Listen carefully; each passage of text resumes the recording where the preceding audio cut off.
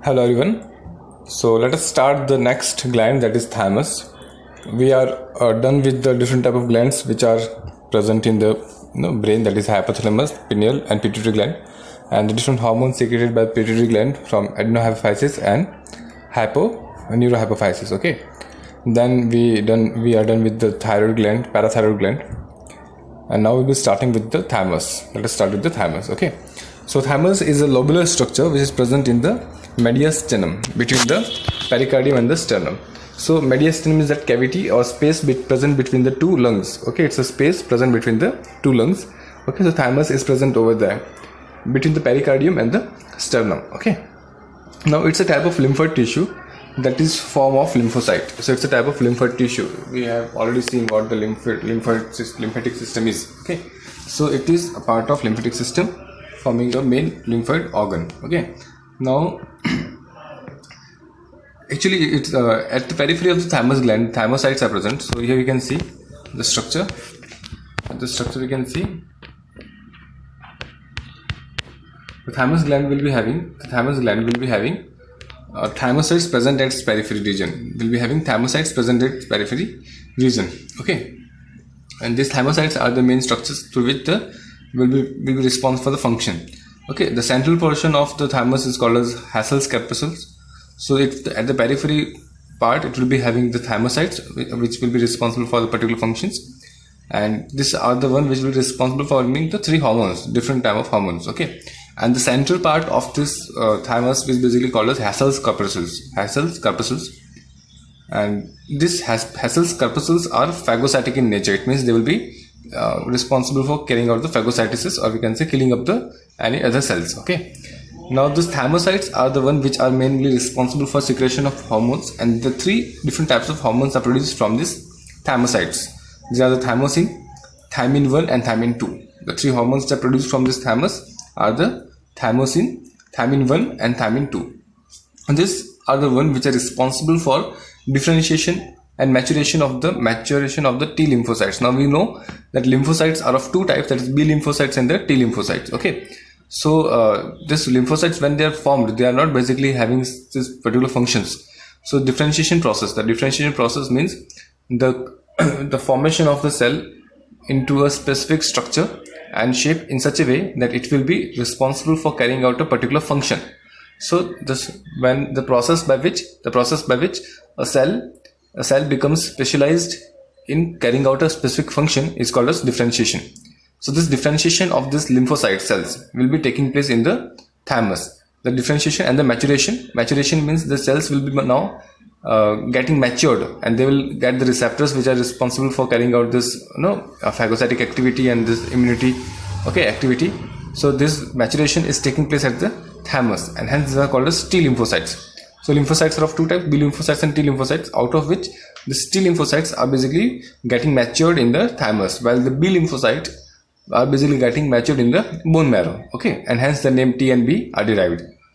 Now the thymosin increases, so this thymin and this thymus, basically these different hormones secreted by the thymus will be helping in differentiation and maturation of T lymphocytes, which play a very important role in the cell mediated immunity.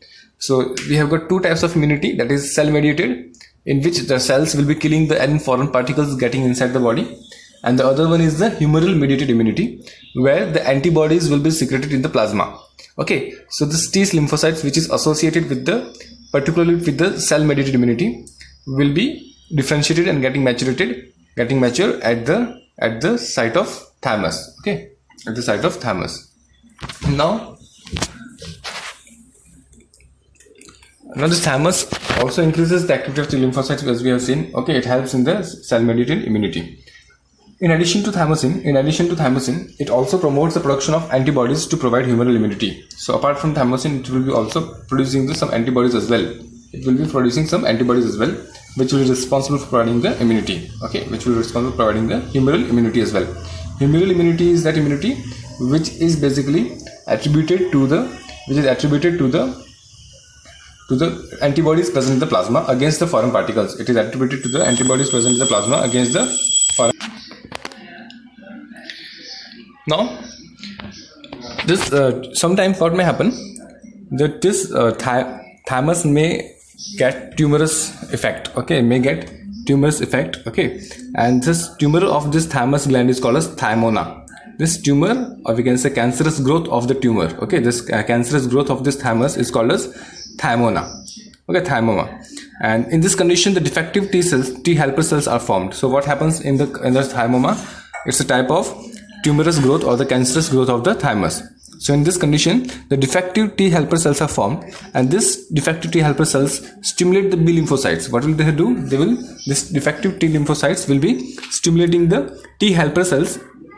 This defective T helper cells will stimulate the B lymphocytes to form the antibodies, which are against the acetylcholine receptors. So this is something which is so dangerous, okay. So these antibodies are autoantibodies. These are the autoantibodies in manner that they will be acting against the own body itself. They will be acting against the own body organs or own body parts itself, okay. So in this case, the antibodies which are formed by these B lymphocytes will be against the acetylcholine receptors. Now we know that acetylcholines are the neurotransmitters which are basically responsible for transmission of impulses from the neural system to the muscular system. So these are the main receptors present at the neuromuscular junctions. These are the main type of receptors present at the neuromuscular junctions.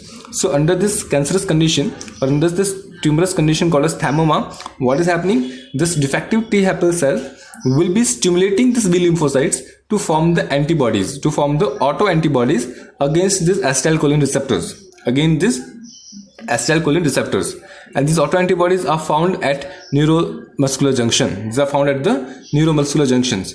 Now these autoantibodies destroy these receptors. They will be destroying the receptors of they will destroying the receptors of this acetylcholine. So now the acetylcholine does not produce its effect. So as the receptors are destroyed by the autoimmunity, what happens? Now this acetylcholine will not be having any effect on these receptors. So the neuromuscular transmission does not occur, and so the contraction in muscles also does not occur, and this disease is called as myasthenia gravis. So due to the absence of, or due to having the damaged or non-functional receptors, acetylcholine receptors, the neuromuscular junctions will not be able to function properly, and hence the contraction and the relaxation of the muscles will not be able to coordinate it properly, okay. And such condition where the contraction in muscles does not occur, okay, due to the absence or having non-functional neuromuscular junctions, okay, is called as myasthenia gravis. Myasthenia gravis, or it is a type of severe muscle weakness. It is severe muscle weakness, okay. So we have got to know what this thymoma is, okay, and how basically it affects the body. And at the time of puberty, when the organism, the individual will be reaching at a maturity age, right? At the time of puberty, adolescence, this thymus gland attend maximum activity. So the thymus will be having its maximum activity at the time of puberty, at the time of maturity. After attaining this puberty, this will start gradually shrinking. So after attaining the puberty, the thymus is a specific type of organ which will start shrinking at an old age, and at a very old age it will become microscopic. And hence we can say, when the thymus is shrinking and it is basically getting shrink with the age, the immunologic power also basically decreases, okay. So hence you see in the case of the small kids and in the case of the elder one, both will be having the low immunity, because the thymus in the case of small kids is not that much developed, while in the case of the elder one, the thymus is shrinked, okay. So with the age the thymus will start shrinking at the level of at the elder age, okay. What will happen? It will shrink to the microscopic level, which will not be able to even see, okay.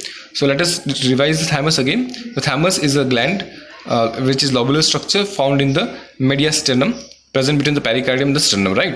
It is a lymphoid tissue responsible for formation of lymphocytes, okay. Now it's at the periphery of thymus gland, and at the periphery there is a specific cells called as thymocytes, okay. And in between this they will be having the Hassel's corpuscles, which is phagocytic in nature. And these thymocytes will be responsible for forming 3 hormones. These are responsible for forming 3 hormones, that is thymosin, thymine 1 and thymine 2. And this will be helping in the differentiation and the maturation of the T lymphocytes particularly. And thymosin also increases the activity of T lymphocytes and hence responsible for increasing the immunity of the body. In addition to thymosin, it also promotes the production of antibodies to provide humoral immunity. So along with this thymosin, it will be also producing the antibodies. It will be promoting the production of antibodies to provide the humoral immunity as well. And the tumorous growth of the thymus gland is called as thymoma. It is mainly due to the defective type of T cells are present, and this defective T cells will be responsible or will be stimulating the production of the antibodies which are against the neuromuscular junctions or against the acetylcholine receptors. Now these acetylcholine receptors will be blocked and will be damaged or will be basically removed out of the body. Okay, due to which lack of acetylcholine receptors, or due to absence of such acetylcholine receptors, or due to having non-functional acetylcholine receptors, the body will not be able to carry out the transmission of the neurons to the muscular junctions. Okay, so due to which what will happen, the proper contraction relaxation of the muscles will not be possible, and ultimately this will lead to a condition where the body will be not showing the proper coordination at its muscular movement. And such condition is called as myasthenia gravis. It's a type of autoimmunity disorder. Okay, and during this condition the muscles will become severely weaker. Okay, and at the puberty the thymus will be gaining its maximum size at the puberty, and it will be having the maximum activity also at the puberty. But later on, when the age increases, what will happen, this size of the thymus will start shrinking, and when the person is so old, in the old age, it becomes so microscopic that it won't be even seen by the naked eyes. Okay, so that was about the thymus. Okay, next is the adrenal gland. Okay, so let us see. Adrenal gland is also called a suprarenal gland. Why? Because it is present on the apex of the kidney. It is present over here. This is at the top of the kidney, at the apex, or we can say top of the kidney, and hence these are called as suprarenal gland. Or we can say emergency gland. Okay, now this adrenal gland are also called as suprarenal gland, or we can say emergency gland. One pair of adrenal gland are present on anterior part of each kidney. So each kidney, both the kidneys, that is we have got two kidneys, each kidney will be having a adrenal gland, this gland present on this top of this kidney, or present on this top of the kidney. Okay, and it was discovered by Eustachius, and this gland is also called as 4S gland. This gland is also called as 4S gland, where the different 4 stands for the S. First S stands for salt, second S stands for sugar, third S stands for sex, and the fourth S stands for the stress. Okay, so this gland is also called as 4S gland, where all the 4 S stands for the salt, sugar, sex, and the stress. Okay, so we can come to know that this gland is basically having some functions, or has got some functions or play a very important role in all these 4 conditions. What are the conditions are? In the salt concentration, maintaining the salt concentration, sugar concentration, and maintaining the sugar concentration in blood, maintaining the salt concentration in blood, and it will be also responsible for carrying out some sexual characters or carrying out some sexual functionalities. Okay, and at the same time it is also having some role in maintaining the stress, or we can say in regulating the stress. Okay, so we can say it is responsible for, it is also called as 4S gland. Okay, apart from this, it is also called as 3F gland. It is also called as 3F gland. It is also called as 3F glands, where this 3F will be standing for F, fear, fight, and flight. So these are the conditions where this adrenal will start activated. It will start activating. Okay, acting. So these are the 3 conditions where the adrenal will be secreting its secretions. Okay, so also called as 3F gland, suitable for the adrenal medulla. It will be mainly present in the adrenal medulla. Okay, so let us start. It is also called as suprarenal gland, and one pair of adrenal gland present on anterior part of each kidney, and 4S glands is called as salt, sugar, sex, and stress. And at the same time, it is also called as 3F gland, which stands for the fear, flight, and fight. Okay, these are the 3 main conditions where this hormone from this adrenal gland will be secreted. Now, let us see the structure of adrenal gland. Let us see the structure of adrenal gland. Now, the adrenal gland consists of mainly 2 parts. Adrenal gland consists of mainly 2 parts. That is, outer one is called as cortex. While the inner one is called as medulla. So the outer part of the adrenal gland is called as cortex. Okay, while the inner part is called as medulla. This is the medulla, and this outer one is the cortex. So the outer part or the peripheral part is called as cortex, while the inner part or central part is called as medulla. So let us discuss each of them one by one. Let us discuss first of all this part of cortex. So here, this part of cortex here, this is the cortex part, can be differentiated into three regions. That is, the first one is the zona glomerulosa. Second is the zona fasciculata. Okay, the first region, outermost region of the cortical part is the zona glomerulosa. Second is the zona fasciculata, and the third region is the zona reticularis. So it is mainly made up of three regions. The whole part of the adrenal corticoids, or we can say the adrenal cortical region, is basically made up of three regions. Outermost, zona glomerulosa, the middle one, the zona fasciculata, and the innermost cortical layer is called as zona reticularis. Now each of them will be secreting some different type of secretions. And having different function as well. The zona glomerulosa will be secreting the mineralocorticoids. Note it down. Zona glomerulosa, that is the outermost layer, will be secreting the mineralocorticoids. Okay. Next, zona fasciculata will be secreting the glucocorticoids. So the glomerulosa will be secreting the mineralocorticoids. Note it down. Okay. While zona fasciculata will be secreting the glucocorticoids. Okay. While the zona reticularis, the last one and the innermost part of the cortical region, zona reticularis will be secreting the sex hormones and glucocorticoids both. Okay. So reticularis will be secreting the sex hormones and glucocorticoids both. Okay. So it would be consisting three layer. Glomerulosa responsible for secretion of mineralocorticoids. Fasciculata responsible for secretion of glucocorticoids, while the reticularis, that is the innermost part, will be responsible for secretion of the sex hormones and the glucocorticoids. Okay. And commonly all these hormones secreted by the adrenal cortex are called as corticoid hormone, or we can say corticoid hormones. Note it down. So all these secretions which are basically released from the cortical region of the adrenal gland are called as corticoid hormone, or we can say corticoid hormones. What do we call them? We call them corticoid hormones. Okay. So now let us discuss each of these hormones in a detailed manner. Okay. The first one is the mineralocorticoids. Okay. Now this mineralocorticoids, the name itself suggests the minerals. So it will be responsible for the balancing the minerals. Okay. So these are the corticoids which regulate the balance of water and electrolyte.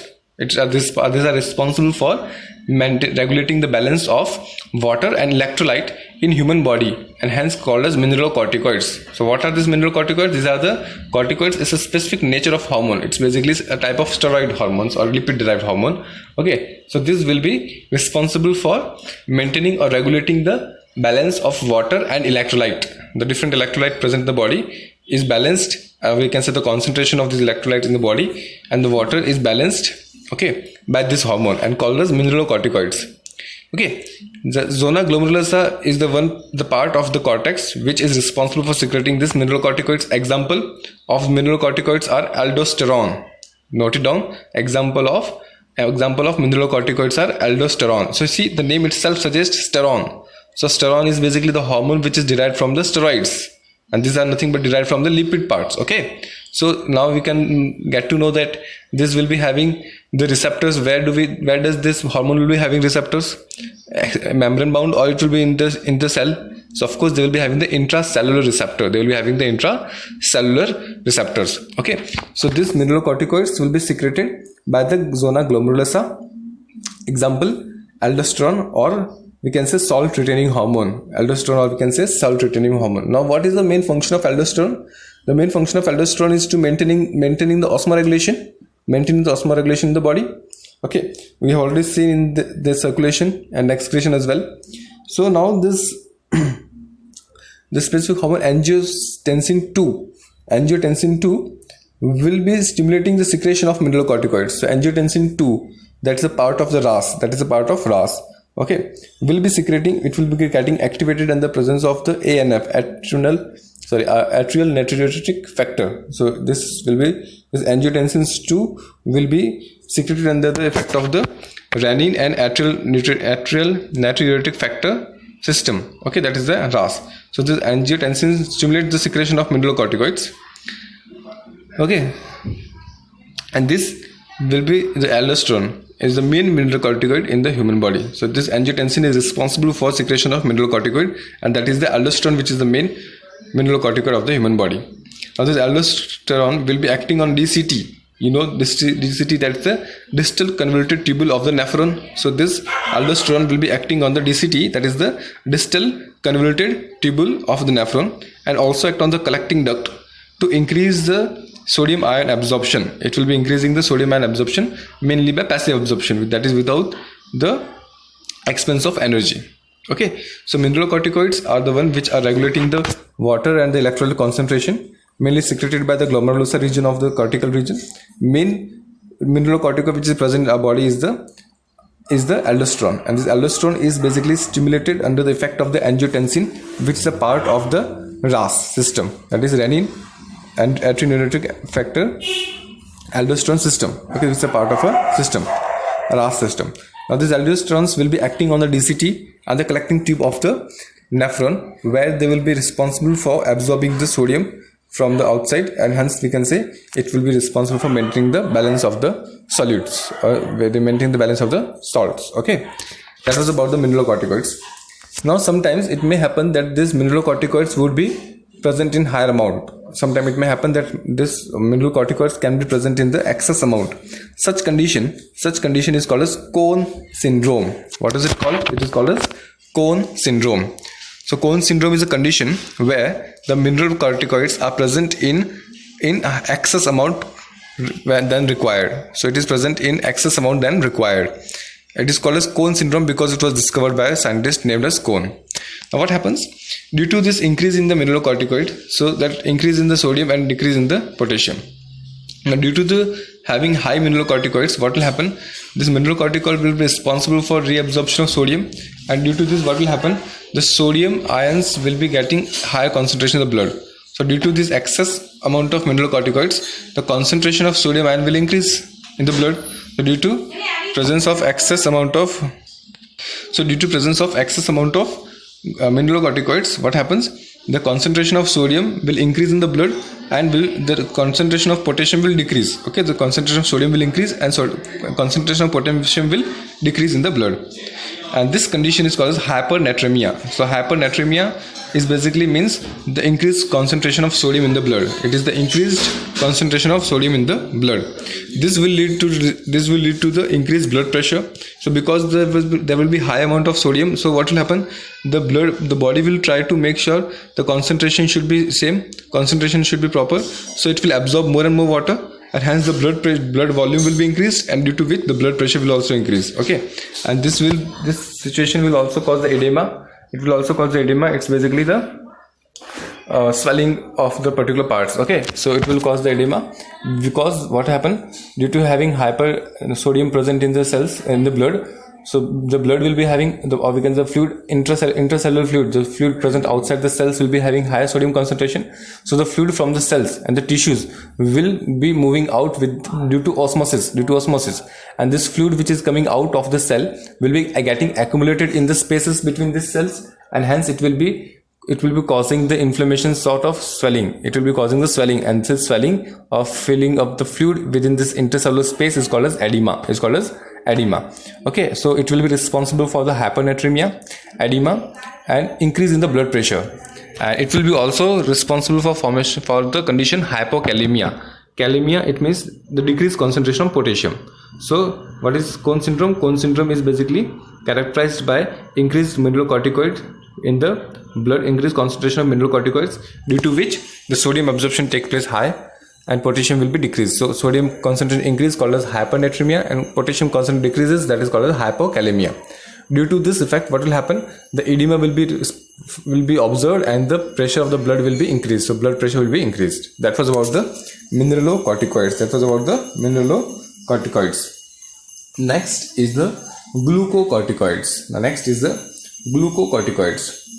Now the corticoids which involve the carbohydrate metabolism is called as glucocorticoids. The corticoids are nothing but the substances which are secreted from the cortex part of the adrenal gland. You have to understand that, okay? So it can be mineralocorticoids responsible for the regulation of the minerals, electrolytes particularly, while the sodium and the potassium are the electrolytes, right? And the glucocorticoids are those, glucose means something related to the carbohydrate, something related to the carbohydrate. So here what will happen, these glucocorticoids are involved in the metabolism of carbohydrate. When I say carbohydrate, it basically involves the glucose, fructose, sucrose as well, but majorly it will be involving the glucose concentration. Majorly it will be involving the concentration of glucose. So glucocorticoids again secreted by the fasciculata. It is secreted by the zona fasciculata of the adrenal cortex. Okay. So this corticoids involves the carbohydrate metabolism and hence called as glucocorticoids Now it stimulates the gluconeogenesis, lipolysis, proteolysis, and inhibits the cellular uptake of utilization of amino acids. Now see, the main function of the glucocorticoid is to increase the concentration of glucose in blood. Note it down. The main function of the glucocorticoids. So the main function of these glucocorticoids is to increase the concentration of glucose in the blood. Okay, and this concentration of glucose will be increased in the blood by different type of metabolic processes. Okay, so it involves mainly the gluconeogenesis. Gluconeogenesis means it is the formation of new glucose molecules. Gluco means glucose, neo means new, and genesis means synthesis. So this is a process by which the new glucose molecule will be getting synthesized, and hence the concentration of glucose will be increased directly. Similarly, it is also involving the lipolysis. It means the lipids which are present in the body, the lipids present in the body in the different forms of fat, okay, will be hydrolyzed and will be broken down in such a manner that the carbohydrate concentration is increased, mainly the glucose concentration is increased again. Next is the proteolysis. It also basically responsible for the breaking down of proteins and even the amino acids as well. It will be also inhibit the cellular uptake of and utilization of amino acids. It will be also inhibiting the cellular uptake and utilization of amino acids in human body. So in human body, the main glucocorticoid is the cortisol. The main glucocorticoid which is found in the human body is the cortisol. Okay. It also involved in the maintaining the cardiovascular system as well as the kidney functions. So these have got lot of functions. It is mainly responsible for carbohydrate metabolism, increase in the blood concentration of glucose. Okay, and next it is also involved in maintaining the cardiovascular system as well as the kidney functions. Okay, that was about the glucocorticoids, which is derived from the zona fasciculata. Now this zona fasciculata mainly responsible for secreting glucocorticoids. Okay, which is called as cortisol. Okay, the main glucocorticoids which is basically formed in the human body is called as cortisol. Now zona fasciculata, it will be produced from the zona fasciculata. It's a region which is responsible for secretion of glucocorticoids. Now it mainly secretes the sex hormones are also secreted in small amount by this region. The zona fasciculata will be also responsible for secreting a small amount of the sex hormones, which mainly stimulates the conversion of amino acids into glucose. So these hormones will be the glucocorticoids particularly will be responsible for conversion of amino acids into glucose. And hormones that increase the blood glucose levels are called as diabetogenic factor. So the hormones which are responsible for increasing the glucose level concentration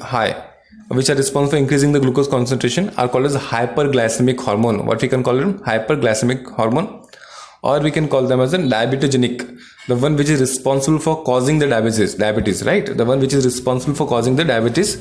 Okay, and hence these are called as diabetogenic hormone. So these examples are glucagon, glucocorticoids, and the growth hormone. These are the three types of hormones which are responsible for directly or indirectly increasing the glucose concentration in blood. You can note it down. These are the three hormones which are glucagon, glucocorticoids, and the growth hormone. These are the hormones which are responsible for increasing the concentration of the glucose in blood either directly or indirectly, and hence they are called as diabetogenic hormones. They are called as diabetogenic hormone, or we can say diabetogenic factors. Now this will be also responsible for catabolic activity of proteins. They will be responsible for catabolism of the protein, where the proteins are broken down. Proteins are broken down into small amino acids, and these amino acids will be converted into glucose. The amino acids will be converted into glucose. This glucocorticoid stimulates the deamination and urea formation. So as I told you, this will be responsible for the conversion of these amino acids into glucose.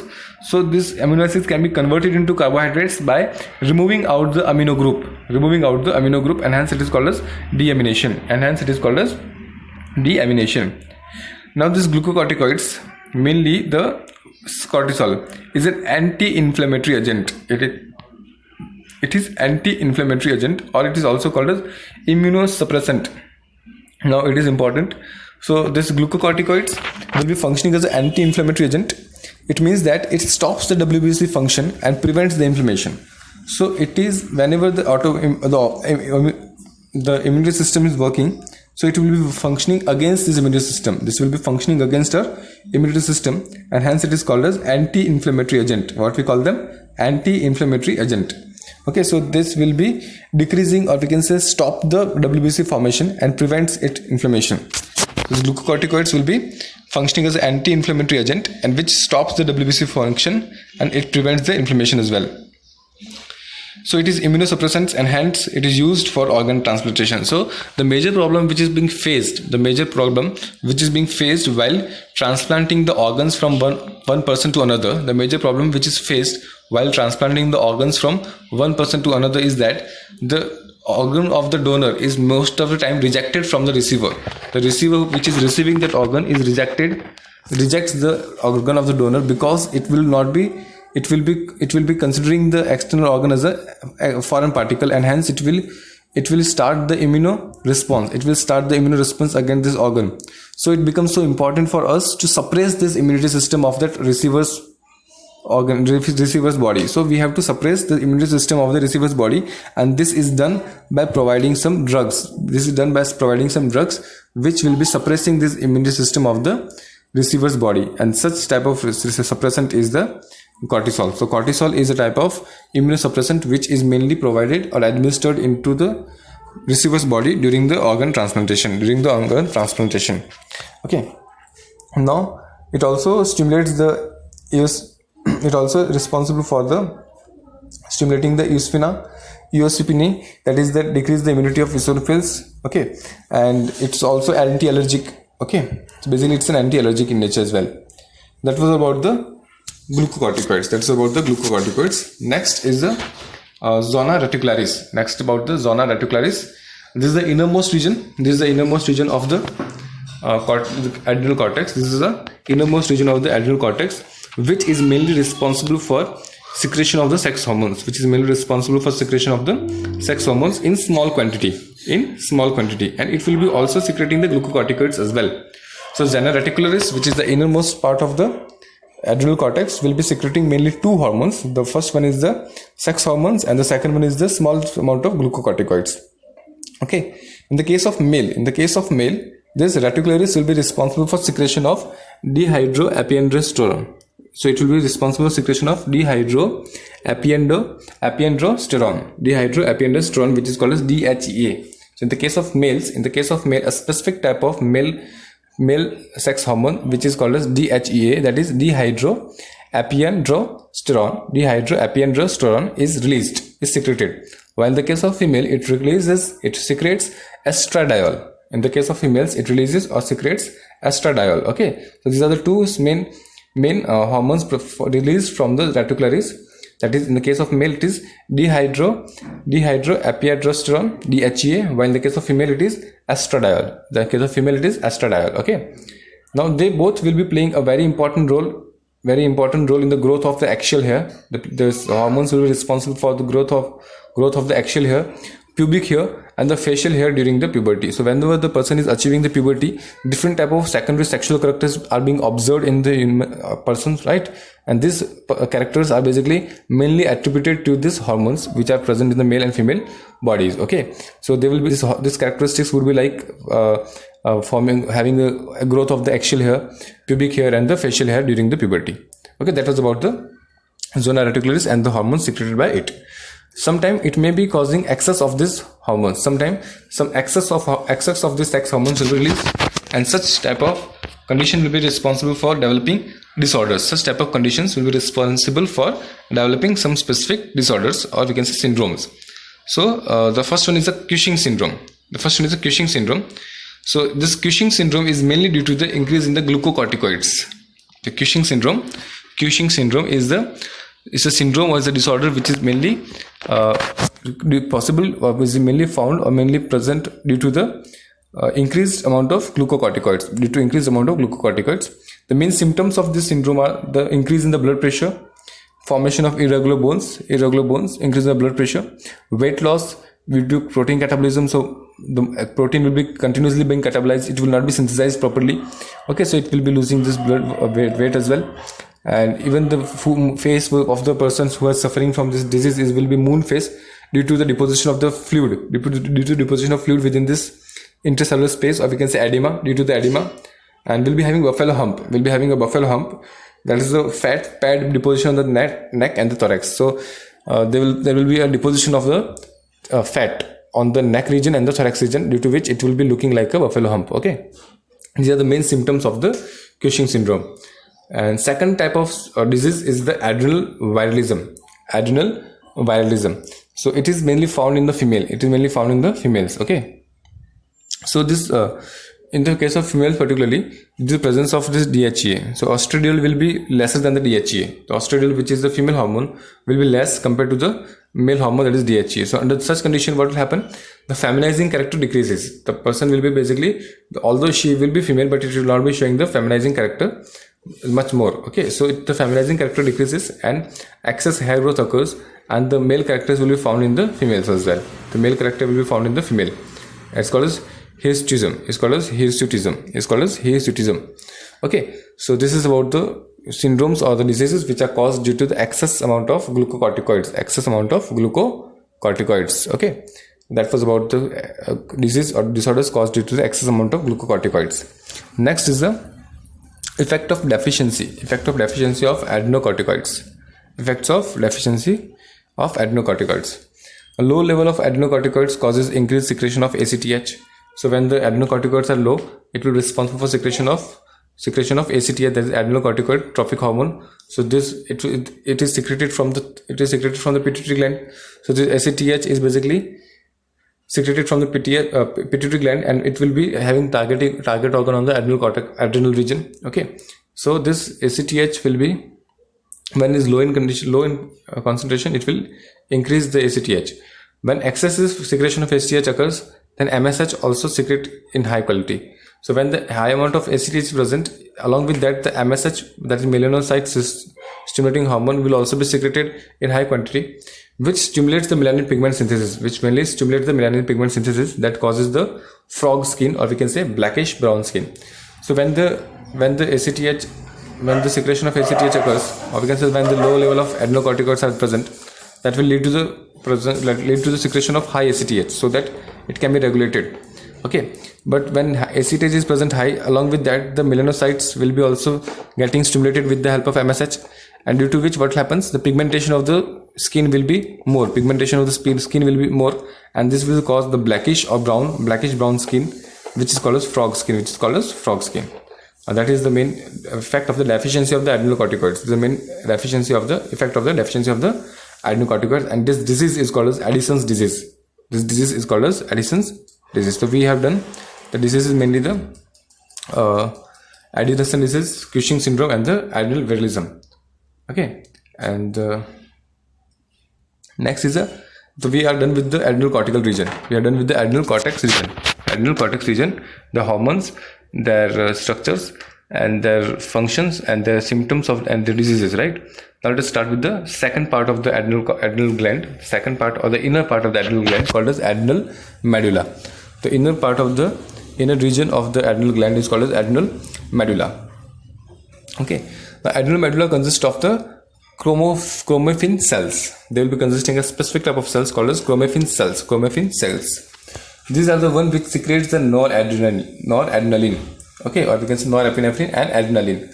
So these are the cells, that is chromaffin cells, will be responsible for secretion of two hormones, which are mainly amino acid based hormones, okay, which are epinephrine and norepinephrine, or we can say epinephrine is also called as adrenaline and norepinephrine is called as noradrenaline. So these are the two same hormones. Okay, so these are secreted by the chromaffin cells. which are secreting two hormones, that is adrenaline and noradrenaline. Adrenaline are also called as epinephrine. Noradrenaline are also called as norepinephrine. Now these both together are called as catecholamines. Both together are called as catecholamines. These are type of neurotransmitters. They are also believed to be the neurotransmitter, and they will be functioning like neurotransmitters. Okay, they will be functioning like neurotransmitters. Okay, so these both are commonly called as catecholamines. Now, adrenaline and noradrenaline are rapidly secreted in response to stress of any kind and during emergency situations. These both hormones, that is adrenaline and this noradrenaline, or we can say catecholamine, are secreted mainly during the stressed condition. So, whenever the emergency situation is arising, whenever there is an emergency situation which is arising, these hormones called as emergency hormones are secreted. So whenever there is an emergency-like situation, what will happen? The hormones which are basically called as emergency hormones will be secreted, and these hormones are hence called as flight or fight hormone. So these hormones are responsible for giving us a strength to either fight back to the situation. It will be preparing the body to either fight back to the situation, okay, or it will be preparing the body to move away from the situation, or we can say to fly away from the situation, and hence this hormone is called as flight or fight hormone. So what is the main function of this hormone? These hormones will be responsible for secretion of adrenaline or noradrenaline glands, hormones which are called as catecholamines. These are secreted by the chromaffin cells of the medullary region, okay, and these are basically responsible for preparing the response against the stressed condition. Under the stressed condition, the situation where the organism will be responding back either by fighting back or either by flying away from that region. Okay, so it's called as flight hormone or fight hormone, flight or fight hormone. Okay, and these hormones increases the alertness, pupillary dilation. So this, because such situation which is the emergency situation will be requiring your high alert, will be requiring your high attention. Okay, so these hormones will be causing them to increase the alertness. This also will be responsible for dilation of the pupil, that the pupil which is basically responsible for entering the light, which is responsible for the allowing the light into the eyeballs, okay, into the retina particularly. So these pupils will be get dilated so that more amount of vision can be possible, or we can say more amount of light can enter into the eye. Okay, so this will be causing the high alertness, and then it will be responsible for pupillary dilation, and it will be also responsible for pallidation, raising the hairs. We can see pallidation. So when we are under the stress, what will happen? Our body hair will start raising. That is called as goosebumps, right? So this will start raising. That is also due to this hormone particularly. Okay, and the body will also start the sweating. Body also will start sweating so that the body temperature can be regulated. So these are the different effects of this hormone. Now both the hormones increases the heartbeat, the strength of the contraction, and the rate of respiration. So under such conditions where the body will be prepared or body will require to fight or flight, in these conditions the heartbeat will increases, blood pressure will increase, and the rate of respiration will also increase, so that high amount of energy can be released in a shorter period. Now the catecholamines also stimulates the breakdown of glycogen. So glycogen is a stored form of glucose.